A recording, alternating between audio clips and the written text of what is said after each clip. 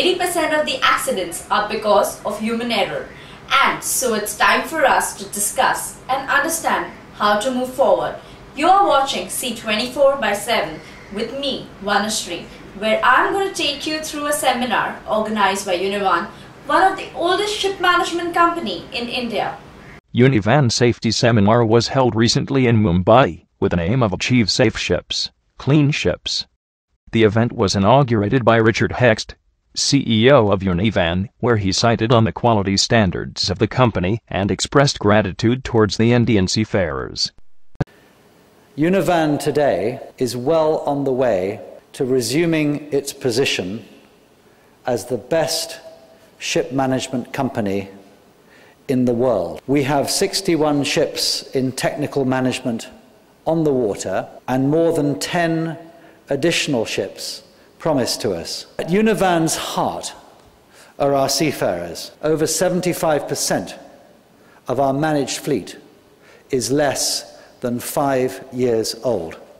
Past 18 months, Univan has almost doubled its third-party fleet under management. I leave you convinced that we are on the path to double our fleet again. Captain Van der Peer gave Univan 3 cardinal principles: reverence for the seafarer, very hard work, and tight cost control. To these, we have added first-class IT, a no-blame culture, and close teamwork. Hard work is essential. We must work hard and smart to retain the confidence of our owners. Tight cost control is also essential in today's tough shipping markets. A pervasive, no-blame, transparent culture is vital to Univan's continuing success. We're all human. We all make mistakes. But we do ourselves and others a great favor when we recognize and admit our mistakes. We must be one team with one goal. The highlight of the event was the safety measures for the seafarers, and also George Jacobs' speech about the finer elements of marine insurance. As seafarers, I'm sure that all of us know and agree that our job as a seafarer, irrespective of the rank, is to get our ship from point A to point B in a safe manner. And safe meaning safety of life, safety of property, property meaning the ship and the cargo, safety of environment, and economic safety. Background of marine insurance. The concept of insurance, it actually can be traced back to 50 BC. Although if you read books, if you read textbooks, you'll really find that it can even take it as far back as Caesar's time, when the army of Caesar required material and the suppliers would supply the king, the emperor. They would demand that they should be paid regardless of whether the ships would be lost. But more verifiable evidence dates back to 13th century. And we see that the concept by itself was developed by merchants. The Lombardy merchants, basically Italians, and the Hanseatic merchants, North Germans. They were the ones who developed the first marine insurance policies for ships. In the 14th century, marine insurance commenced in the countries of England, France, Belgium, and Holland. All this started taking place in a coffee shop in London, and people used to meet for coffee, and it was Edward Lloyd, his coffee shop. It was a place for those wanting marine insurance to find underwriters, and it was a very interactive place.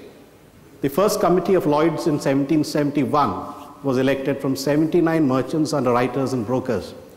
And that's where we really see the first structured insurance product coming into being. In 1810, we see a number of ship owners in places other than London formed hull clubs due to lack of access to London underwriters. A mutual society where people, ship owners, would come together, pool their monies, and try to take care of large claims. How do we come to the current scenario of marine underwriting?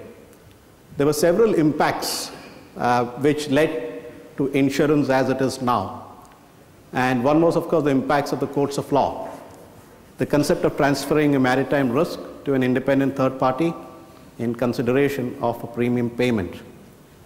That's as simply as we can put it. That's what marine insurance is. It's a contract whereby the insurer agrees to indemnify the assured in manner and to the extent thereby agreed against marine losses, which are losses incident to a marine adventure. Sister Chanda from Brahmakumaris also gave her valuable insights on team building and how important is the we attitude in an organization. Here's what she has to say. Having a professional attitude does not mean distancing yourself from the customer, or it should not be the case of them and us, but it should be we attitude. When any mistake or shortcoming happens in the organization or in the company, maybe it is of a single section or department, or which I doesn't belong to, but we should not behave as if I am not the part of that company. So in a company, a temperament of good teamwork should be included in all the members of a company. The company that makes tangible investment in making a good team is a company that can climb the ladder at the faster pace. Investment in people will really bring a lot of benefits. The conference was attended by several stalwarts presenting their views on the changing scenario amidst new regulations in the industry. It was a good platform for the people in the industry to interact and come up with desired solutions affecting the safety of the seafarers. As it's best said by someone, safety first is safety always. Highlight some practical aspects of BTM, especially lapses. Bridge team manager, what does it mean? It excludes cargo, engine room. Years ago, somebody announced a one-man tribunal. Your teamwork means you don't contest. Both, if you see it, you should know, he sees, you should know. It's a combined effort. You're not trying to test him whether he's awake. Management means somebody has to guide and supervise. So bridge team management includes these three. And you can add more things, but generally it covers these three. BTM depends on good leadership. It's not just a team. A team must have a leader who has a culture, motivation, morale, distractions, not undue reliance on electronic navigates. Look out. These are the things that bond bridge team management. So overall, the seminar had many enlightening sessions to benefit staff working at sea and shore. It's all about managing men with training, as best said by Captain Sequeira. Right and proper management with a good team spirit sums up for the safety and security of our seafarers. So that's all we have for you this week. See you next week, same time, same place. Till then, send us your feedback at editorial@sailortoday.net.